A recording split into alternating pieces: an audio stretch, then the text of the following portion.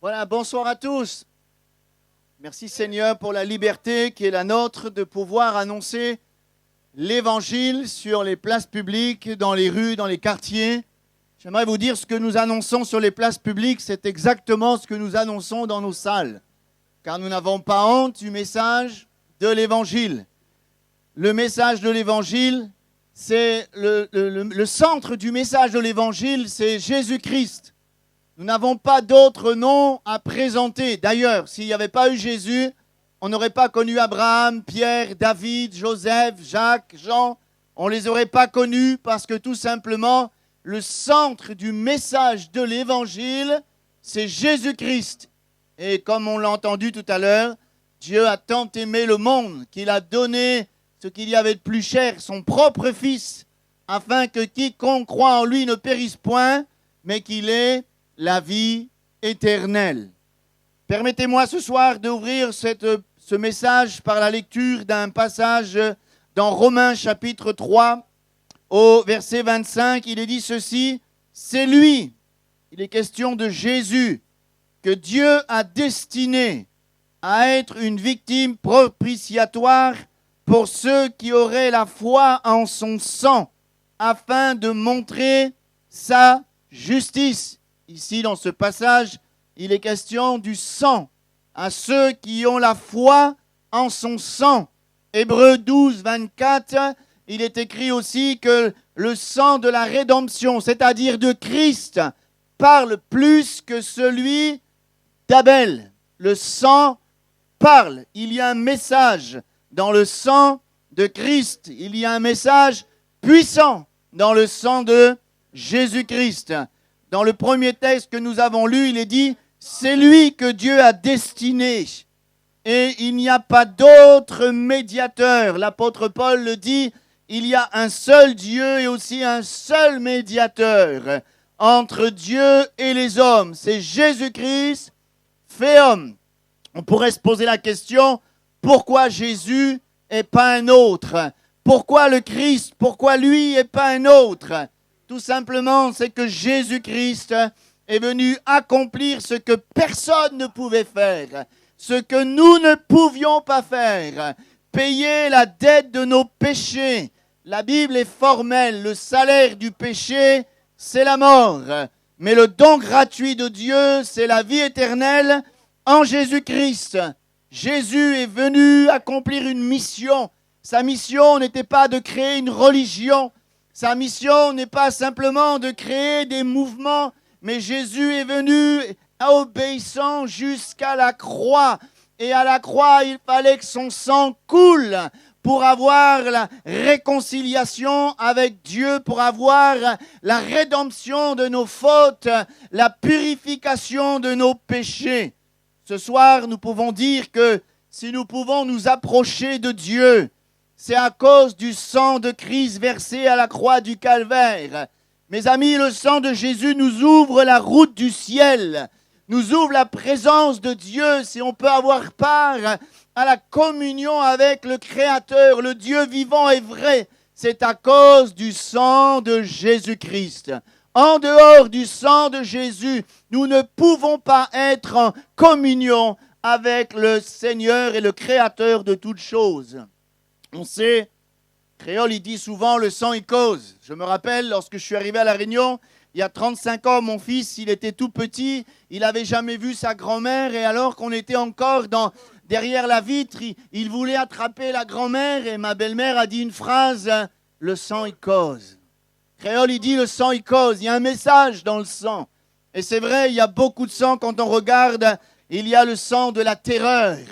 Le sang de la terreur, la Bible dit que certains, tueront les hommes croyant rendre un culte à Dieu, et on voit le sang. C'est le sang, il y a un message. Ce message, c'est la terreur. Lorsqu'on regarde dans les informations la guerre, il y a beaucoup de sang, il y a un message dans ce sang, c'est le sang de la folie. Et lorsque Abel a été tué par son frère, la Bible dit la voix du sang de son frère crie de la terre jusqu'à moi. Ce sang parle de la haine et de la jalousie. Il y a aussi le sang des animaux sacrifiés. C'est le sang de l'ignorance, c'est le sang qui est inutile. Car le sang des boucs, le sang des taureaux ne peuvent pas effacer nos péchés, ne peuvent pas nous donner un accès auprès de Dieu. Ce soir, j'aimerais vous parler du sang qui parle d'amour, qui parle de justice, qui parle de paix, qui parle de réconciliation, qui parle de puissance. C'est le sang de Jésus. Le sang de Jésus parle de l'amour de Dieu. J'aimerais dire ce soir, il y a un message puissant dans le sang de Jésus-Christ. Nous devons croire au travers du sang de Christ. Il y a une multitude de bénédictions. Il y a une multitude de choses que nous devons saisir. Et cela va impacter nos vies. Cela va libérer les captifs. Ça va même guérir ceux qui sont sous l'empire de l'adversaire. Alors permettez-moi quelques instants de parler de la puissance du sang de Jésus-Christ. Premièrement, il est dit dans Éphésiens 2,13, « Maintenant, en Jésus-Christ, vous qui étiez jadis éloignés, vous avez été rapprochés par le sang de Christ. » Il y a un message dans le sang de Jésus. Et ce message nous dit que nous pouvons nous rapprocher de Dieu. En dehors du sang de Jésus, nous sommes étrangers à la grâce de Dieu. En dehors du sang de Jésus, nous sommes étrangers à la présence de Dieu.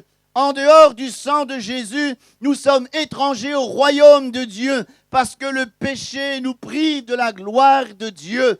Le péché nous éloigne de la présence du Seigneur. Il y a beaucoup de gens qui disent « Moi, je connais Jésus, il n'y a pas de problème. » Mais combien le connaissent d'une manière intellectuelle ?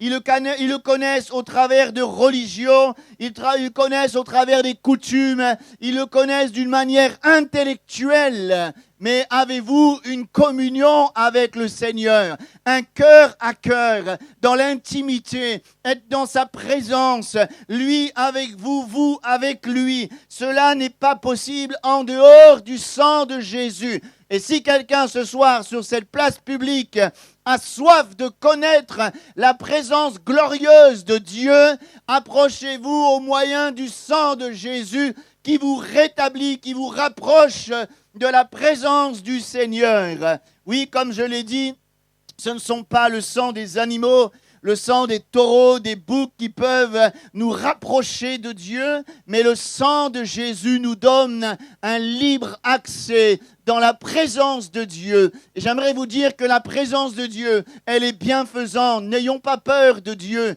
Il y a tellement de personnes qui pensent que Dieu, c'est le Père Fouettard. C'est celui qui est là, qui a une grosse barbe, une fourche et qui fait presque peur à tout le monde. Non, la Bible dit que Dieu est amour. Et lorsque nous nous approchons de Dieu au travers du sang de Christ, Dieu s'approche de nous et il veut nous entraîner dans une communion intime qui va impacter notre vie. Oui, à cause du sang de Jésus, Dieu ne nous rejette pas. Il nous rend acceptables. Qui que tu sois, jeune, vieux, tu peux avoir une vie brisée, avoir fait des choses terribles. Tu te dis, mais moi je ne mérite pas parce que Dieu est saint. Mais laisse-moi te dire que le sang de Jésus te purifie de tout péché et te donne accès auprès du Seigneur. Alléluia. Deuxièmement, on va aller un peu plus loin, il y a un message puissant dans le sang de Jésus-Christ. 1 Pierre chapitre 1er, il est dit ceci, sachant que ce n'est pas par des choses périssables, par l'or ou l'argent que vous avez été rachetés de votre vaine manière de vivre, que vous avez hérité de vos pères, mais par le sang précieux de Christ comme d'un agneau sans défaut et sans tache. Mes amis, comprenons une chose ce soir. Notre âme, notre corps, notre esprit, il appartient à Dieu parce que nous avons été créés par Dieu. Nous ne sommes pas le fruit de l'évolution, nous ne descendons pas du tétard, nous ne descendons pas du singe, mais c'est Dieu qui nous a créés par sa parole. Il a mis en nous son esprit, le souffle de vie. Et le diable qui est le voleur, et il existe, nous ne devons pas l'ignorer, c'est le menteur, le voleur. Il ment depuis le commencement, il parle de son propre chef.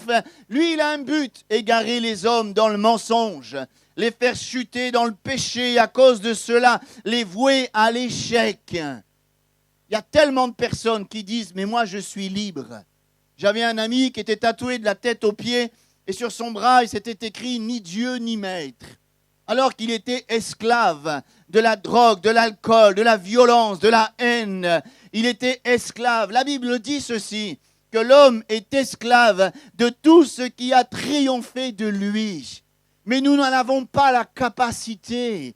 Nous n'avons pas la capacité de sortir de cette spirale qui nous attire par le fond. L'alcool, la drogue, la violence, les passions et toutes ces choses. Nous sommes sans force. Nous n'avons aucune puissance face au péché. Nous n'avons aucune puissance face à la servitude. Nous n'avons aucune puissance avec tous les liens qui nous tiennent captifs. Mais ce soir, il y a une bonne nouvelle. C'est qu'au travers du sang de Christ, il y a une puissance qui peut vous libérer. Il y a une puissance qui peut briser les chaînes parce que la Bible dit « Le sang de Christ nous rachète notre vaine manière de vivre ». Oui, le sang de Jésus nous rachète du pouvoir du péché. Et peut-être que quelqu'un, au fond de lui-même, il en a assez. Il en a assez de vivre bien comme il est parce qu'il se sent esclave et c'est plus fort que toi, ça t'entraîne. Tu voudrais arrêter mais tu ne peux pas. Tu n'y arriveras jamais seul, mon ami. Mais la bonne nouvelle, c'est qu'il y a puissance dans le sang de Jésus. Moi-même, j'ai été esclave de la drogue, j'ai été esclave de l'alcool, de toutes sortes de mauvaises choses qu'on ne peut même pas dire sur cette place publique. Mais la puissance du sang de Jésus m'a affranchi d'une manière instantanée. Et s'il l'a fait pour moi, mon ami, il peut le faire pour toi. Et foi dans le sang de Jésus ce soir. Et le sang de Jésus te rachète de ta vaine manière de vivre. Et je voudrais te dire que le sang de Jésus a payé le prix pour ta liberté. Il a payé le prix pour te faire de toi une nouvelle créature. Souvent on a dit mais moi je veux changer de vie. Alors on pense qu'en faisant des kilomètres, en changeant de religion, en changeant de style de vie, en changeant de mentalité, on va changer. Rien du tout. Il y a puissance dans le sang de Jésus. Et sa parole dit ceci, c'est l'apôtre Paul qui le dit, si quelqu'un est en Christ, il est une nouvelle créature. Être en Christ, c'est croire à la puissance du sang de Jésus qui libère les captifs. Et ce soir, si tu es pris dans une spirale qui détruit ta vie, qui détruit ton foyer, qui détruit tes relations avec les autres, approche-toi du Seigneur au travers du sang de Jésus. Confesse la puissance de Dieu au travers du sang de Jésus. Et le Seigneur, il va t'affranchir. Il va faire de toi un homme libre, un homme libéré. Alléluia! Je voudrais vous dire que nous sommes servis à La Réunion, nous connaissons notre histoire. Autrefois, quand un maître avait un esclave, il faisait ce que bon lui semblait avec cet esclave. Et si un autre maître venait payer le prix de cet esclave lui appartenait. Et ensuite, il faisait ce qu'il voulait. Je voudrais vous dire qu'en dehors de Jésus, parfois, on a des mauvais maîtres. Des mauvais maîtres qui ruinent nos vies. Mais le Seigneur, il a payé le prix au prix de son sang afin de nous racheter. Et j'aimerais vous dire que le Seigneur, c'est un bon maître. C'est un bon maître. Et on peut le dire ce soir, le sang, c'est la vie. Et effectivement, dans le sang de Jésus, nous avons une vie nouvelle, une vie de liberté, une vie de puissance, une vie qui glorifie le Seigneur, une vie imprégnée de la sainteté. Oui, c'est possible dans cette génération de marcher dans la sainteté. Peut-être que quelques-uns disent, mais c'est impossible de marcher dans la sainteté. Le monde, regardez dans l'état qu'on est, il y a tellement de tentations, il y a tellement de choses, les gens font n'importe quoi. C'est impossible. Je voudrais que ce soir, il y a puissance dans le sang de Jésus. Et si quelqu'un a soif de marcher dans la sainteté, ayez foi dans la puissance du sang de Jésus qui vous libère, qui vous entraîne dans une vie nouvelle qui va glorifier le Seigneur. Alléluia! Il y a un message puissant dans le sang de Jésus. Troisièmement, la Bible proclame dans Romains 5, verset 9, « À plus forte raison donc, maintenant nous sommes justifiés par son sang, serons-nous sauvés par lui de la colère à venir. » Oui, le sang de Jésus parle ce soir et il nous dit que par la foi, nous sommes justifiés. Qu'est-ce que ça veut dire justifié? C'est-à-dire que lorsque nous confessons la valeur du sang de Jésus, pourquoi il a versé son sang à la croix? Et dans la foi, Dieu nous déclare justes comme n'ayant jamais péché. Ce qu'il fait qu'on ne vit plus dans la culpabilité. Il y a tellement de gens qui vivent dans la culpabilité. Ils traînent un fardeau sur leur dos avec les erreurs commises il y a 10 ans, 5 ans, 2 ans, même la semaine dernière. C'est comme un poids sur nos épaules et on essaye de vivre, mais on est encore dans la culpabilité. Il y a tellement de gens qui sont dans la culpabilité. Et alors, ils sont sans cesse repris dans leur conscience parce qu'il y a les remords, il y a le jugement des autres, il y a notre conscience qui nous accuse. Mais ce soir, il y a une bonne nouvelle. C'est que le sang de Jésus parle ce soir. Et il peut nous justifier. Et lorsque nous sommes justifiés, il y a un bénéfice. Nous avons de l'assurance devant Dieu. On ne s'approche plus d'un juge, mais on s'approche d'un Père. Nous avons de l'assurance, devant l'au-delà, la mort, l'éternité ne nous effraie point, car la Bible dit que rien ne peut nous séparer de l'amour de Dieu manifesté en Jésus-Christ.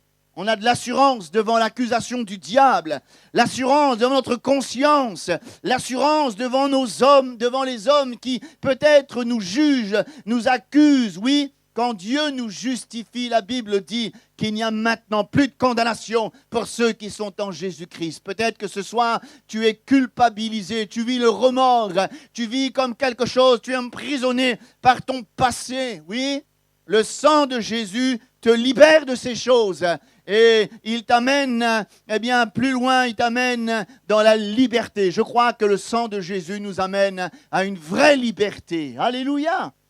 Quatrièmement, on va avancer. Le sang de Jésus parle. Il parle de puissance. Et dans Colossiens 1,20, il est dit ceci: il a voulu par lui réconcilier tout avec lui-même, tant ce qui est sur la terre, ce qui est dans les cieux, en faisant la paix par le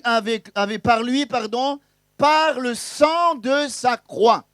Ici, il y a encore un message. Le sang de Jésus parle et il parle de paix. En dehors du sang de Jésus, c'est triste de le dire, mais la Bible proclame que nous sommes ennemis, pécheurs, rebelles, impies. Et à cause de ça, nous ne pouvons pas goûter la paix de Dieu. Tant que nous ne sommes pas en paix avec Dieu, nous ne pouvons pas avoir la paix. Combien de personnes ne sont plus en paix? Ils sont agités dans leur conscience, agités dans leur esprit. Il n'y a plus de paix. Mais quelqu'un peut-être cherche la paix. La paix, nous ne l'avons pas dans la zen attitude. La paix, nous ne l'avons pas dans les pèlerinages. Nous ne l'avons pas dans des œuvres. La paix, nous l'avons avec Dieu. Et lorsque je crois et je confesse la puissance du sang de Jésus, alors je suis en paix avec Dieu. Et là, il y a un miracle qui se passe. Quand je suis en paix avec Dieu, Dieu me donne sa paix qui surpasse toute intelligence, qui surpasse toutes les circonstances, qui ne dépend pas des circonstances. Peut-être que quelqu'un ce soir a soif de paix parce que tu ne dors plus, tu es agité, tu es surangoissé. Peut-être qu'on t'a donné des médicaments pour essayer de te calmer, mais les médicaments ne peuvent pas donner la paix dans ton cœur. Viens à Jésus ce soir, confesse la puissance du sang de Jésus et toi aussi tu pourras goûter à une paix incomparable, une paix qui surpasse ton intelligence, une paix peut-être que tu n'as jamais connue. Oui, Jésus a dit: je vous donne ma paix, je vous laisse ma paix. À travers le sang de Jésus, nous pouvons goûter combien Dieu est bon ce soir. À travers le sang de Jésus, nous pouvons goûter la paix de Dieu parce que la Bible dit que parce que nous étions ennemis de Dieu, nous étions sous la colère de Dieu. Mais la colère de Dieu s'est détournée de nous et tombée sur le Christ. C'est comme un paratonnerre. Je ne sais pas si au port, il y a un paratonnerre, mais dans les villages, il y a souvent un paratonnerre. C'est le lieu le plus élevé de la ville. Et lorsque la foudre tombe, le paratonnerre, il attire la foudre et il protège tout le village. Je crois que Jésus a été le paratonnerre. Nous étions tous pécheurs. Il n'y a pas un juste, pas même un seul. On était tous sous la colère de Dieu. Mais la colère de Dieu est tombée sur Jésus-Christ afin que nous puissions être en paix avec Dieu. Alléluia! Ce soir, tu peux avoir la paix avec Dieu pour goûter la paix de Dieu. Alléluia! Voyons encore 2 points, s'il vous plaît. Il y a puissance dans le sang de Jésus. Dans l'Apocalypse, chapitre 12 au verset 11, ils l'ont vaincu à cause du sang de l'agneau. Il, c'est qui? Le dragon, c'est le diable. La Bible parle ce soir au travers du sang de Christ. Il nous dit que la puissance du sang de Jésus a vaincu le diable, l'a dépouillé. Paul dit dans Colossiens 2,15, il a dépouillé les dominations et les autorités. Il les a livrées publiquement en spectacle en triomphant d'elles par la croix. À la croix du calvaire, le sang a coulé. Chaque goutte de sang anéantissait les desseins de l'adversaire, les desseins du diable, l'œuvre du diable. Le diable même a été dépouillé à la croix et il lui a écrasé la tête, comme dit la prophétie. Et je pense que ce soir, comprenons une chose. Il y a puissance dans le sang de Jésus. Il y a tellement de gens qui sont esclaves des puissances des ténèbres, des gens qui sont, comme possédés de mauvais esprits, des gens qui sont esclaves de la peur de la sorcellerie, des gens qui font les pactes, les garanties, la peur du diable, la peur du noir, la peur de la mort. Tout ça, c'est ténébreux. Il y a tellement de gens qui vivent dans l'angoisse à cause de ces choses. Mais je voudrais vous dire qu'il y a puissance dans le sang de Jésus. Et le sang de Jésus nous libère des puissances des ténèbres. Je me rappelle, un jour, j'étais appelé pour prier pour un jeune garçon. Il était dans le jardin de sa grand-mère. Il était torse nu, il était possédé. Sa grand-mère avait beaucoup de roses. Il était dans les rosiers et puis il s'agitait partout et il était coupé par les ronces. Je vais dire, Seigneur, comment je vais aller là-bas? Je me suis approché, le Saint-Esprit m'a inspiré quelque chose. Il m'a simplement dit, dis-lui, le sang de Jésus rappelle ta défaite. Le gamin, il est tombé comme raide. Le mauvais esprit l'avait quitté. Oui, le sang de Jésus proclame la victoire sur les ténèbres. Alléluia. Peut-être, mes amis, vous êtes tourmentés par les ténèbres. Et je ne vous encourage pas à aller voir les sorciers, les 10 heures de bonne aventure. Mettez votre foi dans la puissance du sang de Jésus. Et les ténèbres face au sang de Jésus, ils plient, ils lâchent, ils s'en vont. Alléluia. Gloire à Dieu, il y a puissance dans le sang de Jésus. Et je termine ce soir, encore 2 points, si vous me le permettez. Galates, chapitre 5, verset 13, dit ceci, il nous a rachetés de la malédiction. Vous savez, quand on lit la parole de Dieu, l'évangile, il nous a dit que Adam et Ève ont péché. Lorsqu'ils ont péché, Dieu a dit, la terre produira des ronces. Ces ronces, c'était le symbole, c'était les conséquences de la désobéissance, la malédiction. Et cette malédiction, elle était sur tous les hommes. Mais il y a quelque chose d'intéressant lorsque Christ, on l'emmène à la croix, on lui donne une couronne d'épines qui symbolise la malédiction que nous devions prendre. Et quand on a enfoncé cette épine dans sa tête, chaque épine faisait couler du sang. Et ce sang nous rachète de la malédiction. Vous savez, cette malédiction, c'est l'échec, le mal-être, cette spirale qui nous attire par le fond, ce mal-vivre et toutes ces choses. Mais la Bible dit que Christ s'est fait malédiction pour nous. Et ce soir, peut-être que quelqu'un dit, moi des fois j'entends souvent cette phrase, moi j'ai pas de chance. Tout ce que je fais, ça réussit pas. Tout ce que je fais, c'est néant. J'ai aucune chance. Moi, je suis une erreur dans la vie. Je suis maudit. Non. Je crois que nous devons considérer ce soir que la malédiction, elle est tombée sur le Christ. Et il est écrit dans Deutéronome, chapitre 28, au verset 8, « L'Éternel ordonnera à la bénédiction et d'être avec toi. » Cette parole, elle peut s'accomplir qu'au travers du sang de Jésus. Non pas qu'on va parler de la prospérité à tout égard, mais une vie équilibrée, une vie avec un sens, une vie avec un objectif, une vie avec un but. C'est ça, être béni. Alléluia. Et là, je termine ce soir. Là, je termine pour de vrai. 7e, il y a puissance dans le sang de Jésus. Dans Isaïe 53, il est dit, par ses meurtrissures, nous sommes guéris. À la croix du calvaire, ses pieds et ses mains ont été percés. Je l'ai dit, il avait une couronne d'épines. On a percé son côté. Avant de l'emmener à la croix, son corps était en lambeaux. Parce qu'on l'a frappé, on a tiré sa barbe, on l'a frappé avec ce qu'on appelle des scorpions, des lanières, avec des clous, et la chair est tombée en lambeaux. Mais toutes ces meurtrissures, il y avait du sang qui coulait. Et le sang de Jésus nous parle de délivrance, de guérison. Et ce soir, nous n'avons pas honte sur cette place publique d'annoncer que le sang de Jésus parle ce soir encore. Et il parle de guérison divine. Il parle du miracle. Le temps des miracles n'est pas passé, bien sûr. Nous respectons le corps médical et nous prions pour le corps médical, qu'il fasse encore des progrès. Mais fort de constater que devant certaines situations, le corps médical arrive à ses limites. Mais le sang de Jésus, il est puissant.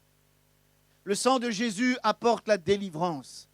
J'aimerais vous raconter un témoignage d'une dame qui est venue un jour écouter la parole de Dieu. Je ne le savais pas, elle était sourde. Elle était dans le culte, elle lisait sur mes lèvres. Elle est venue 3 cultes. Et à chaque fois que je voulais parler avec elle, elle s'en allait. Je dis, c'est pas possible, Seigneur, j'ai besoin de parler avec elle. Un jour, elle vient au culte. Et pendant qu'on loue le Seigneur, j'ai entendu un gros cri. Je dis, qu'est-ce qui se passe? Ses oreilles se sont débouchées. Le Seigneur l'a guérie complètement. Oui, le sang de Jésus parle de délivrance. Et toi qui es malade, on t'a peut-être condamné. On a dit qu'il n'y a plus rien à faire. Réalise ce soir que le sang de Jésus parle encore. Et il parle des meurtrissures de Jésus.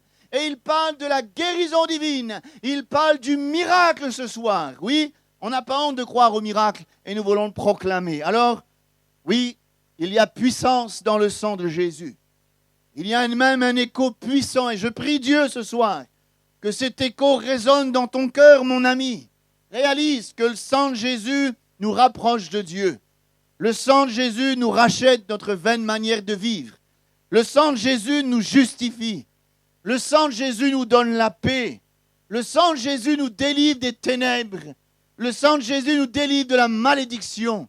Et le sang de Jésus nous guérit de toutes nos maladies. Alléluia! Veux-tu croire ce soir à la puissance du nom de Jésus-Christ?